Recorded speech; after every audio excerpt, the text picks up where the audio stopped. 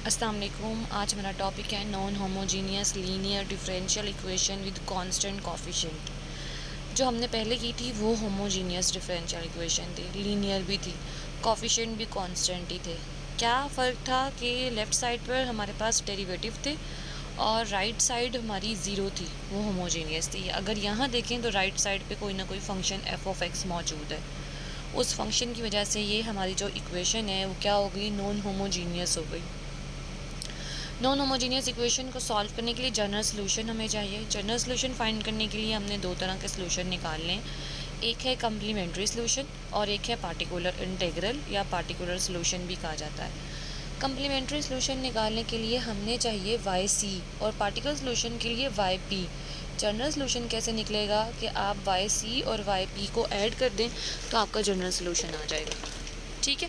अच्छा, अब आपने कम्प्लीमेंट्री सोल्यूशन निकालना कैसे है, होमोजीनियस अपनी इक्वेशन का होमोजीनियस पार्ट सॉल्व करेंगे, यानी कि अपने फंक्शन को ज़ीरो रखेंगे तो कम्प्लीमेंट्री सोल्यूशन आपको मिलेगा। और अगर आप लोग अपने फंक्शन एफ ऑफ एक्स को देखकर डील करेंगे कि वो फंक्शन किस तरह का है, तो आपके पास जो आपका सोल्यूशन है, वो जो सोल्यूशन निकलेगा वो पार्टिकुलर सोल्यूशन होगा। पार्टिकुलर सोल्यूशन निकालने के लिए आपका फार्मूला होगा 1/f of d into f of x. F of x आपका फंक्शन है और एफ ऑफ डी आपकी वो डिफरेंशियल इक्वेशन है जिसे आप सॉल्व कर रहे हैं, यानी कि जिसे आपने एज अ होमोजीनियस कंसीडर करके अपना कम्प्लीमेंट्री सोल्यूशन निकाला था। कम्प्लीमेंट्री सोल्यूशन वैसे ही निकालेंगे जैसे 10.1 के अंदर निकाला था। देन जनरल सोल्यूशन आ जाएगा। जनरल सोल्यूशन के अंदर हम अपना कम्प्लीमेंट्री सोल्यूशन वाई सी और particular solution why P in दोनों को ऐड कर देंगे। उसके बाद हमारे पास है कि हमने पार्टिकुलर सोल्यूशन निकालना कैसे है। पार्टिकुलर सोल्यूशन निकालने के हमारे पास है 5 वेज़, मतलब 5 तरह से उसने हमें बताया कि हमारे कौन कौन से फंक्शंस हो सकते हैं। नंबर 1, अगर आपके पास आपका फंक्शन एक्सपोनेंशियल होगा, उस केस के अंदर आपने पार्टिकुलर सोल्यूशन कैसे निकालना है। नंबर 2, अगर आपके पास ट्रिग्नोमेट्रिक फंक्शंस हैं, यानी कि साइन ए एक्स या कॉज ए एक्स है, फिर आपने किस तरह से अपना सोल्यूशन फाइंड करना है। याद रखें कि ये जो पार्टिकुलर सोल्यूशन के अंदर ट्रिग्नोमेट्रिक फंक्शंस हैं, ये सिर्फ आपके पास साइन और कॉज के लिए हैं, ऑल ट्रिग्नोमेट्रिक फंक्शंस के लिए नहीं है। ठीक है। थर्ड केस आपके पास पॉलिनोमियल फंक्शंस के लिए है और फोर्थ केस आपके पास प्रोडक्ट ऑफ एक्सपोनेंशियल और एनी फंक्शन, मींस कि आपके पास जो आपका एक्सपोनेंशियल फंक्शन है उसका प्रोडक्ट पॉलिनोमियल के साथ भी आ सकता है, ट्रिग्नोमेट्रिक साइन या कॉज के साथ भी आ सकता है। फिफ्थ केस आपके पास है एक्स पावर एन, यानी कि पॉलिनोमियल फंक्शन का product with sine a x और the cos a x. Case number 1 से स्टार्ट करेंगे, जो कि हमारे पास एक्सपोनेंशियल के लिए है कि ई की पावर में जो ए एक्स है, हमारा सारा काम उसी के लिए है। जो आपके पास डिफरेंशियल इक्वेशन जिसे आप एज अ होमोजीनियस कंसीडर करेंगे, उसको हम एफ ऑफ डी कह रहे हैं। उस डी की जगह पे हमने ए पुट करना है और वो ए की वैल्यू हमें कहाँ से मिलेगी, वो हमें एक्सपोनेंशियल की पावर से मिलेगी। अगर e raise to power 2x होता तो ए की वैल्यू 2 होती। अगर e raise to power minus x होता तो हमारी ए की वैल्यू -1 होती। अगर e raise to power x होता तो ए की वैल्यू 1 होती। अगर आप डी की जगह पे ए पुट करते हैं और एफ ऑफ ए 0 हो जाता है, उस केस के अंदर आप अपने फंक्शन को डिफ्रेंशिएट करेंगे। आप क्या करेंगे, जो नीचे वाला एफ ऑफ डी है उसका डेरिवेटिव लेंगे और साथ में आप एक्स को मल्टीप्लाई कर देंगे। जब डिफ्रेंशिएट करेंगे देन आपने अगेन डी की जगह पे ए पुट करना है और अगर ए पुट करने से दोबारा वो 0 हो रहा हो तो अगेन डिफ्रेंशिएट करेंगे और एक्स से मल्टीप्लाई करेंगे। तो ये आपको उन्होंने दोनों केसेस बता दिए। एग्जाम्पल नंबर 1 करते हैं। हमें क्या दिया गया है, D Q plus 1 into Y equals to 1 plus E raise to power -x E raise to power 2x। अगर आप लोग देखें तो 1 जो है उसको ई रेज टू पावर 0x भी कह सकते हैं। इसका मतलब है कि हमें यहाँ पे 3 तरह के फंक्शंस दिए गए हैं। एक है ई रेज टू पावर 0x, इसमें ए की वैल्यू 0 है। एक है ई रेज टू पावर -x, इसके अंदर ए की वैल्यू -1 है। और एक है ई रेज टू पावर 2x, इसके अंदर ए की वैल्यू 2 है। आप इन तीनों के लिए अलग अलग पार्टिकुलर सोल्यूशन निकालेंगे। YP1, YP2, YP3 इन तीनों को ऐड कर देंगे तो YP निकलेगा। कम्प्लीमेंट्री सोल्यूशन YC निकालने के लिए आपने अपनी इस इक्वेशन को 0 के इक्वल रखना है। ये जो D³ + 1 × Y है, इसको 0 के इक्वल रखना है। अब Y तो 0 नहीं हो सकता क्योंकि जनरल सोल्यूशन निकालना है। इट्स मीन्स कि D³ + 1 0 है। यहाँ से आप अपने इसके ऊपर A³ + B³ का फार्मूला लगाएंगे। क्या फार्मूला होता है? A + B, A² + B² - AB। क्योंकि आपके पास B की वैल्यू 1 है तो यहाँ -m आ जाएगा। यहाँ से सॉल्व करेंगे तो आपको आपकी 3 वैल्यूज़ मिल जाएंगी। 2 आपके रूट्स कम्प्लेक्स आएंगे और एक आपका रूट जो है वो रियल आएगा। चेक कर लेते हैं। m = -1 and m = 1/2 ± i√3/2। अब हमने बात की थी कि अगर हमारे रूट्स कम्प्लेक्स होंगे तो हम उनको किस तरह से लिखेंगे। कम्प्लेक्स पार्ट को हम अपने ट्रिग्नोमेट्रिक फंक्शन के साथ लिखते हैं और अगर हमारे रूट्स रियल होंगे तो उन्हें एक्सपोनेंशियल की पावर में लिखते हैं। तो y इक्वल हो गया C1, पहला रूट रियल है -1 e⁻⁻ x। अच्छा, आपके पास फिर है 1/2 तो C2 और साथ में है √3/2। तो कॉज और साइन जो ट्रिग्नोमेट्रिक फंक्शन है उनके एंगल्स के अंदर √3/2 आएगा और साथ में जो एक्सपोनेंशियल मल्टीप्लाई होगा उसकी पावर में 1/2x आएगा। ये सारा आपका कम्प्लीमेंट्री सोल्यूशन निकल आया। पार्टिकुलर सोल्यूशन निकालते हैं। तो पार्टिकुलर सोल्यूशन उसने तीनों का एक साथ ही अलग अलग निकाला हुआ है। आप चाहें तो जैसे मैंने बताया है, आप YP1, YP2, YP3 तीनों अलग अलग निकाल सकते हैं। तो अब आपके पास देखें तीनों के केसेस अलग हैं, दैट्स वाई मैं कह रही हूँ तीनों को अलग निकाल लें। ठीक है, अब आपने क्या करना है, 1 के साथ f(d) क्या है, आपके पास f(d) D³ + 1 है। मैंने क्या कहा था, डिफरेंशियल वाला जो फॉर्म होगी वो फंक्शन आपका f(d) होगा। f(x) क्या है, जो आपको नॉन होमोजीनियस पार्ट दिया गया था। अब आपने इन तीनों के साथ इतनी टर्म को मल्टीप्लाई कर दिया। 1 के साथ अलग आ जाएगा, e⁻⁻x के साथ अलग आ जाएगा, e⁻2x के साथ अलग आ जाएगा।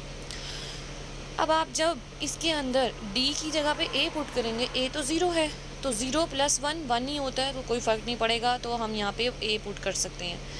अगली आपके पास टर्म है -1, D³ की जगह पे आपने a पुट करना था, A³ यानी कि, तो आपके पास -1 की क्यूब -1 ही होती है। -1 + 1 0 होता है, दैट्स वाई उसने x से मल्टीप्लाई किया और उसको नीचे डेरिवेटिव लिया। D³ का डेरिवेटिव 3D² और 1 का डेरिवेटिव 0 होता है, इसलिए उसने लिखा ही नहीं है। फिर आपके पास D³ है और a की वैल्यू 2 है, तो आपने d की जगह पे a पुट करना था। इट्स मीन्स आपने 2 का क्यूब पुट करना है जो कि 8 होता है। 8 + 1 9 होता है, तो ये 1/9 e⁻2x आ गया और ये 1/1 e⁻0x आ गया। अब यहाँ पे आप d की जगह -1 पुट करेंगे तो -1 का स्क्वायर 3 होता है, तो x/3 e⁻⁻x आ गया। ये आपके पास YP निकल आया। अब आपने अपना जनरल सोल्यूशन निकाल लेना है जो कि है YC + YP। कैरेक्टरिस्टिक सोल्यूशन या कम्प्लीमेंट्री सोल्यूशन भी आपने निकाला हुआ है और पार्टिकुलर इंटेग्रल या पार्टिकुलर सोल्यूशन भी आपने निकाला हुआ है। आगे चलते हैं। Exercise 10.2 question number 1। Question number 1 के अंदर हमें 15 e⁻x नॉन होमोजीनियस इक्वेशन दी गई है और एक्सपोनेंशियल ही हमें क्वेश्चन के अंदर दिया गया है। तो सबसे पहले कैरेक्टरिस्टिक या कम्प्लीमेंट्री सोल्यूशन निकालते हैं। इसे कम्प्लीमेंट्री फंक्शन भी कहते हैं, इसलिए CF लिखा हुआ है। तो सबसे पहले आपने कैरेक्टरिस्टिक सोल्यूशन निकालना है, कैरेक्टरिस्टिक सोल्यूशन भी कहते हैं। तो D आपके पास D² + 3D - 4 0 इक्वल आ जाएगा 0 के। y तो 0 नहीं हो सकता। 3 बनता 3, ठीक है, और 4 बनता 4 एंड 4 में से 1 सब्ट्रैक्ट करेंगे तो 3 आएगा। तो आपके पास रूट्स बन गए m - 1 m + 4। एक वैल्यू 1 आ गई, एक वैल्यू -4 आ गई। रूट्स आपके रियल हैं, दैट्स वाई आपका जो सोल्यूशन है वो होगा C1 e⁻x + C2 e⁻4x। YP निकालते हैं। YP 1/f(d) × f(x) है। फंक्शन आपका एक्सपोनेंशियल है। f(d) आपको d² + 3D - 4 दिया गया। 15 कांस्टेंट है, बाहर आ जाएगा। a की वैल्यू 1 है तो आपने d की जगह 1 पुट करना था। अब देखें 1 का स्क्वायर 1 ही प्लस 3 × 1 1 3 आ जाएगा। 3 + 1 4 4 - 4 0 होता है। इसीलिए जब मैंने क्या कहा था, f(d) आपने जब d की जगह a पुट करें वो 0 आ रहा हो, उस केस के अंदर आप नीचे वाले फंक्शन को डिफ्रेंशिएट करेंगे और ऊपर वाले फंक्शन को x से मल्टीप्लाई करेंगे। इसीलिए हमने x से मल्टीप्लाई किया है। d² का डेरिवेटिव 2d होता है और 3d का डेरिवेटिव 3 होता है। d की जगह आप 1 पुट करेंगे, 2 + 3 5 होता है। 5 3 15, तो आपके पास 3x e⁻x आपका पार्टिकुलर सोल्यूशन आ गया। आपने यहाँ से अपना जनरल सोल्यूशन निकालना है which is equals to YC + YP। दोनों की वैल्यूज़ पुट कर दें, आपका क्वेश्चन सॉल्व हो चुका है। Question number 2, D square minus 3d plus 2 into Y equals to E raise to power x plus E raise to power 2x। एक आपके पास एक्सपोनेंशियल फंक्शन है जिसमें ए की वैल्यू 1 है, एक आपके पास एक्सपोनेंशियल फंक्शन है जिसमें ए की वैल्यू 2 है। तो हम क्या करेंगे, सबसे पहले तो हमने अपना कैरेक्टरिस्टिक सोल्यूशन निकालना है जो कि होमोजीनियस इक्वेशन को कंसीडर करने से निकलता है। तो आपने क्या किया, अपनी होमोजीनियस इक्वेशन कंसीडर की, D square minus 3d plus 2 into Y equals to 0। Characteristic equation आपकी बन गई। अब आपके पास देखें 2 1 2, 2 और 1 3 होते हैं, तो आपके पास पेयर बन गया m-1 m-2। रूट्स आपके रियल हैं, एक रूट 1 आया है, एक रूट 2 आया है। कैरेक्टरिस्टिक सोल्यूशन कम्प्लीमेंट्री फंक्शन निकल आएंगे, c1 e raise to power x plus c2 e raise to power 2x 1 over f t f of x आपके पास e raise to power x plus E raise to power minus 2x है। F of d square minus 3d plus 2 है। दोनों functions के साथ लिख देंगे। एक दफ़ा ए की वैल्यू 1 है, एक दफ़ा ए की वैल्यू 2 है। अगर आप 1 पुट करते हैं तो 1 माइनस 3 माइनस टू प्लस 2 0। तो यहाँ पे इसको हम x से मल्टीप्लाई करेंगे और डिफ्रेंशिएट भी करेंगे। डी स्क्वायर का डेरिवेटिव 2d, 3d का डेरिवेटिव 3। अब अगर आप 1 पुट करें 2 माइनस 3 माइनस 1 होता है, तो ये सॉल्व हो जाएगा। अब डी स्क्वायर मतलब 2 का square 4 minus 3 into 2 6, 4 minus 2 plus 2 0। तो इट्स मीन्स कि हम इसको x से मल्टीप्लाई करेंगे और हम नीचे वाले फंक्शन का डिफरेंट डेरिवेटिव लेंगे। तो डी स्क्वायर का डेरिवेटिव 2d और 3d का डेरिवेटिव 3। तो जब 4 माइनस 3 करेंगे तो 1 आ जाएगा। ये आपका पार्टिकुलर सोल्यूशन आ गया। अब आपने अपना जनरल सोल्यूशन निकालना है which is equals to Y C plus Y P. तो जब आप इसमें पुट कर देंगे आपका सोल्यूशन निकल आएगा। केस नंबर 2 पे आ जाएं। केस नंबर 2 हमारा क्या था कि अगर हमारे पास ट्रिग्नोमेट्रिक फंक्शन है, ट्रिग्नोमेट्रिक फंक्शन के अंदर हम क्या कहते हैं कि हमारे पास जो ट्रिग्नोमेट्रिक फंक्शन है वो सिर्फ 2 फंक्शंस के लिए, sine a x and cos a x. A का बड़ा रोल है, हमें एक्सपोनेंशियल से पता लग चुका है, लेकिन इसके अंदर हमारे पास डी की जगह हमने ए पुट नहीं करना, बल्कि अभी हमारे पास जो सीन है वो ए स्क्वायर के ऊपर आ गया कि हमने डी स्क्वायर की जगह पे माइनस ए स्क्वायर पुट करना है। तो आपके पास क्या है, 1 over f of d square into sine a x, 1 over f of d square into cos a x. तो आपके पास ए की वैल्यू यानी कि जो भी एंगल दिया होगा वो ए की वैल्यू होगी, और जहाँ डी क्यूब है तो डी क्यूब को आप लिख सकते हैं डी इंटू डी स्क्वायर, और डी स्क्वायर की वैल्यू की जगह पे माइनस ए स्क्वायर पुट करेंगे। फॉर एग्जांपल ए 1 है तो 1 का स्क्वायर तो 1 ही होता है, लेकिन बाहर जो माइनस है उसकी वजह से आपके पास -1 बन जाएगा। सेम क्राइटेरिया है, अगर आपके पास value f of d square की जगह माइनस ए स्क्वायर पुट करने से वैल्यू 0 हो रही होगी, तो उस केस में आप एक्स से मल्टीप्लाई करेंगे और नीचे वाले फंक्शन को डिफ्रेंशिएट करेंगे। अगेन अगर वैल्यू 0 हो रही है तो एक्स से मल्टीप्लाई करेंगे और नीचे वाले फंक्शन को अगेन डिफ्रेंशिएट करेंगे। एग्जाम्पल करते हैं। एग्जाम्पल के अंदर हमारे पास क्या दिया गया है, D square minus 5d plus 6 into Y equals to sine 3x। सबसे पहले कैरेक्टरिस्टिक सोल्यूशन निकालते हैं। कैरेक्टरिस्टिक इक्वेशन बनाई, y तो 0 नहीं हो सकता तो डेरिवेटिव वाली टर्म 0 होगी। 3 2 6 एंड 3 और 2 5 होते हैं, तो हमारे रूट्स रियल हैं। एक हमारे पास रूट 2 आ गया, एक रूट हमारे पास 3 आ गया, तो ये हमारा कैरेक्टरिस्टिक सोल्यूशन आ गया। पार्टिकुलर सोल्यूशन पे आते हैं। 1 over f of d into f of x हमारे पास साइन 3x है, एफ ऑफ डी हमारे पास d square minus 5d plus 6 था। डी स्क्वायर की जगह पे माइनस ए स्क्वायर पुट करना है, ए 3 है तो 3 का स्क्वायर 9 तो -9 आ जाएगा। तो ये -9 माइनस 5d प्लस 6 -9 और प्लस 6 -3 हो जाएगा। अब ना नीचे हमारे पास डी आ रहा है, तो जब भी आपके पास नीचे वाली टर्म में डी आ रहा होगा आप उसे रैशनलाइज कर देंगे। D stands for the derivative, तो हम इस डी से इसको रैशनलाइज कर देते हैं। तो ये आपके पास हो जाएगा -1 ओवर 5d प्लस 3। आपने क्या किया, 5d माइनस 3 से मल्टीप्लाई भी कर दिया, डिवाइड भी कर दिया। इससे क्या होगा, a minus B A plus B वाला फार्मूला लगेगा which is equals to A square minus B square. तो ये 25d स्क्वायर माइनस 9 हो जाएगा। डी स्क्वायर की जगह पे माइनस ए स्क्वायर यानी कि -9 पुट कर देंगे। तो आप जब इसको सिंप्लीफाई करेंगे ये -234 बनेगा। ठीक है। अच्छा, अब आपके पास क्या वैल्यू हो गई, साइन 3x ओवर -234, एक ऊपर माइनस था, माइनस माइनस प्लस हो जाएगा। तो ये आपके पास बन गया 1 over 234 5d minus 3 into sine 3x। अब 5d को साइन 3x से अलग मल्टीप्लाई करेंगे, -3 को साइन 3x से अलग मल्टीप्लाई करेंगे। 5 तो कांस्टेंट है, बाहर आ गया। d stands for the derivative and the derivative of sine 3x is cos 3x and the derivative of angle is 3। Angle का भी डेरिवेटिव लेते हैं, तो दैट्स वाई उसने यहाँ 3 cos 3x लिखा है। 5 3 15 होता है, लेकिन यहाँ पे उसने क्या किया, क्योंकि दोनों टर्म्स में 3 आ रहा था तो उसने 3 कॉमन निकाल लिया। तो ये आपका पार्टिकुलर सोल्यूशन आ गया। अब जनरल सोल्यूशन कैसे निकलता है, Y C plus Y P से निकलता है, तो ये आपका जनरल सोल्यूशन आ गया।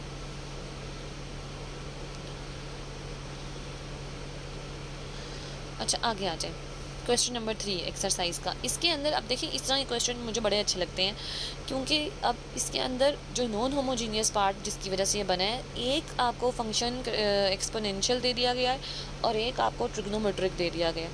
तो दोनों केसेस एक ही क्वेश्चन के अंदर लग रहे हैं, तो ये मुझे इस तरह के क्वेश्चन अच्छे लगते हैं। कैरेक्टरिस्टिक इक्वेशन को सबसे पहले सॉल्व करते हैं। d² - 2d - 3 0 आएगा। अच्छा, 3 × 1 = 3, 3 में से 1 सब्ट्रैक्ट करेंगे 2, तो आपके रूट्स आ गए -1 एंड 3, रूट्स आपके रियल हैं। कैरेक्टरिस्टिक सोल्यूशन निकल आएगा c1 e⁻⁻x plus c2 e⁻3x।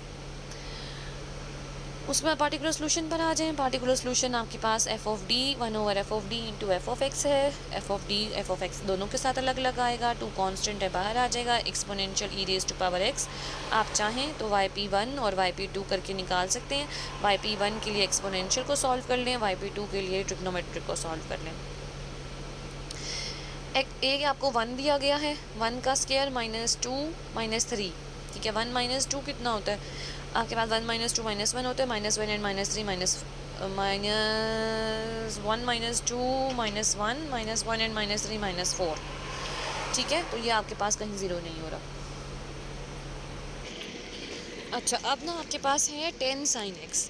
अब ना इसका मतलब है कि जब x के साथ कुछ नहीं लिखा हुआ तो ये 1 है, और अगर ये 1 है तो हमें a की वैल्यू मिल गई 1। हमने d² की जगह -a² पुट करना है, तो इसका मतलब है d² की जगह -1 पुट करेंगे। -1 और -3 कितने हो गए? -4 हो गए, ठीक है। अब ये है -2d -4, तो आपने इसमें से 2 को कॉमन निकाल लेना है। -2 बल्कि कॉमन निकाल लें, और फिर -2 को जब -10 को -2 से डिवाइड करेंगे तो ये आपके पास 5 बनेगा। तो ये आपके पास हो जाएगा 5/d + 2। अब आपने सबसे पहले रेशनलाइज करना है। एक्सपोनेंशियल वाला पार्ट हो चुका है। रेशनलाइज करने के लिए हमने d - 2 से मल्टीप्लाई भी करना है, डिवाइड भी करना है। तो जब d - 2 और d + 2 मल्टीप्लाई होंगे तो d² - 4, d² की जगह again -a² which is equals to -1 -1 and -4 -5, 5 से कैंसिल हो जाएगा। Derivative of sin x is cos x and minus minus plus, तो 2 sin x आ जाएगा। तो ये आपका पार्टिकुलर सोल्यूशन आ चुका है। तो आपने जनरल सोल्यूशन निकालना है which is equals to yc + yp। यहाँ से आप yc और yp को ऐड कर लेंगे तो आपका जनरल सोल्यूशन निकल आएगा। अगले क्वेश्चन की तरफ चलते हैं। हमें फिर जो क्वेश्चन के अंदर पार्टिकुलर सोल्यूशन दिया गया है, सॉरी नॉन होमोजीनियस पार्ट दिया गया है, वो है 4 sin x। तो आपके पास देखिए ए क्या है? 1 है, अगेन मेन टारगेट वही है। तो करेक्टरिस्टिक सोल्यूशन क्यूब के अंदर है m³ - m² प्लस m - 1। तो भाई हम इनके रूट्स बना सकते हैं इजीली। तो हम क्या करेंगे, पहली में से m² कॉमन निकाल लेंगे। हमारे पास जो है 2 रूट्स हमारे कॉम्प्लेक्स आ गए प्लस माइनस आयोटा, और एक रूट हमारा रियल आ गया 1। अब आपको पता है जब रियल रूट आ जाए तो एक्सपोनेंशियल की पावर के अंदर, और जो 2 रूट आपके कम्प्लेक्स आए हैं उसके अंदर रियल पार्ट तो है नहीं, तो जो कम्प्लेक्स वाला पार्ट है वो जाएगा ट्रिग्नोमेट्रिक फंक्शंस के एंगल के अंदर। तो कम्प्लीमेंट्री सोल्यूशन क्या हो गया? c1 e⁻x plus c2 cos x plus c3 sin x।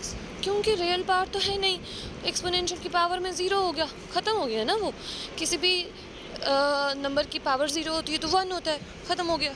Particular solution पे आ जाए। पार्टिकुलर सोल्यूशन के अंदर आपके पास फंक्शन है sin x, मतलब a की वैल्यू है 1। आपने d² की जगह पे -a² पुट करना है, मतलब -1 पुट करना है। तो आप क्या करेंगे, d² की जगह पे जब -1 पुट करेंगे तो पुट करके देखते हैं। 4 तो कांस्टेंट है, बाहर आ जाएगा sin x के साथ। जब आप d² की जगह पे -1 पुट करेंगे तो आपके पास d³ की जगह पे -d बन जाएगा। तो -d प्लस d से कैंसिल, -d² की जगह पे जब +1 आ जाएगा तो +1 -1 से कैंसिल। ये तो 0 हो गया, और हमने कहा था कि जब 0 हो रहा होगा तो हम x से मल्टीप्लाई करेंगे और नीचे वाले फंक्शन को डिफ्रेंशिएट करेंगे। तो इसीलिए हमने x से मल्टीप्लाई किया, 4x हो गया, और डिफ्रेंशिएट करने पे हमारे पास बना है 3d² - 2d + 1। अब हम d² की जगह पे -1 पुट करेंगे, क्वेश्चन को सॉल्व करेंगे। हमारे पास बनेगा 2d - 2 -2 कॉमन निकाल लेंगे, d+1 रेशनलाइज़ करेंगे। रेशनलाइज़ करने के बाद ये d² -1 बन जाएगा। d² की जगह पे -1 आएगा, -2 से कैंसिल हो जाएगा। Derivative of sin x is cos x। ये पार्टिकुलर सोल्यूशन आ गया है। और जनरल सोल्यूशन कैसे निकलेगा? yc + yp करके। नेक्स्ट क्वेश्चन देखिए, वो भी क्यूब वाला है और 40 cos x है, मतलब कि अभी भी हमारे पास a की वैल्यू 1 ही है। तो सबसे पहले कैरेक्टरिस्टिक इक्वेशन, हमारे रूट्स जो हैं वो एक रियल है और बाकी दो हमारे कम्प्लेक्स रूट हैं, 2 ± आयोटा। कैरेक्टरिस्टिक सोल्यूशन निकाला आपने by using the synthetic division. Exercise 10.1 हमने पूरी इसी की थी। ओके, अब आपने अपना पार्टिकुलर सोल्यूशन निकाल लें। आपने 40 कांस्टेंट है बाहर रख देना है, a की वैल्यू 1 है, d² की जगह पे आपने -a यानी कि -1 पुट करना है। करा के आपके पास 12 - 4d बचेगा। 4 कांस्टेंट है बाहर निकाल लें, 3 - d आएगा। रेशनलाइज़ कर दें, आपके पास 9 - d² बचेगा। अगेन -1 पुट करें, सिंप्लीफाई करके सॉल्व करेंगे, 3 cos x - sin x आ जाएगा। Characteristic solution plus particular solution करेंगे, जनरल सोल्यूशन निकल आएगा। अच्छा, नेक्स्ट आपके पास है, अगर देखें तो d² + 4 लिखा हुआ है, तो इसका मतलब है कैरेक्टरिस्टिक सोल्यूशन तो टफ नहीं है। पार्टिकुलर सोल्यूशन क्या है? sin² x। हमें sin² x तो आता नहीं है, हमने sin ax पढ़ा है या हमने cos ax पढ़ा है। तो sin² x का फॉर्मूला हमने पुट करना है, 1 - cos 2x/2। It's means the value of a is 2 and 1 को आप एज अ एक्सपोनेंशियल यूज़ करेंगे, e⁻0x।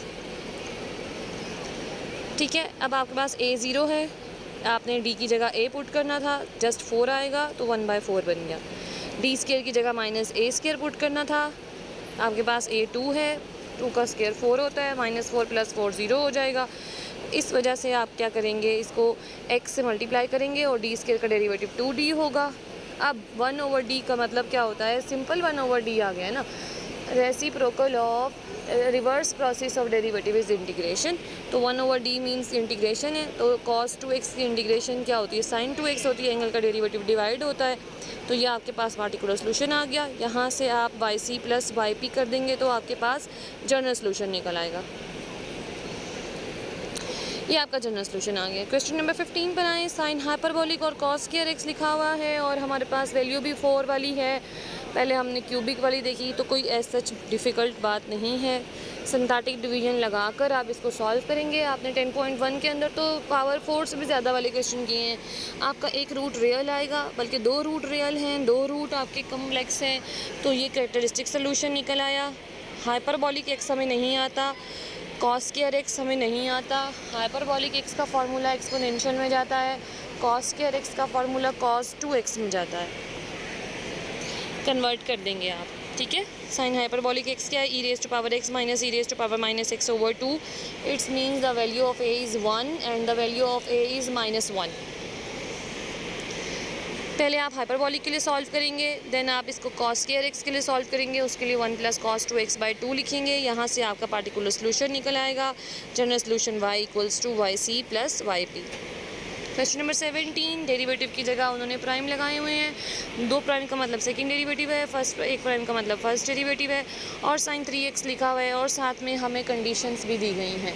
इनिशियल वैल्यू प्रॉब्लम है, कंडीशन 0 पर ही है। एक कंडीशन हमारी सिंपल 0 पर है विदाउट डेरिवेटिव और एक हमारी विद डेरिवेटिव है, ठीक है। यानी कि आपके पास देखिए सेकंड ऑर्डर का था, तो सेकंड ऑर्डर के लिए हमें 2 कंडीशंस रिक्वायर्ड थी, 2 ही आई और 2 ही कांस्टेंट होंगे। हमारे रूट्स कम्प्लेक्स आए हैं, तो कम्प्लेक्स रूट्स के लिए हमने कैरेक्टरिस्टिक सोल्यूशन निकालना है, देन पार्टिकुलर सोल्यूशन हमने निकालना है। दोनों को ऐड कर देंगे, जनरल सोल्यूशन निकल आएगा। तो कंडीशंस पुट करेंगे, C1 C2 की वैल्यू फाइंड करेंगे एंड आपके पास आपका क्वेश्चन यहाँ पर सॉल्व हो जाएगा। फिर भी कुछ समझ में ना आए तो आप पूछ सकते हैं। जज़ाकल्लाह।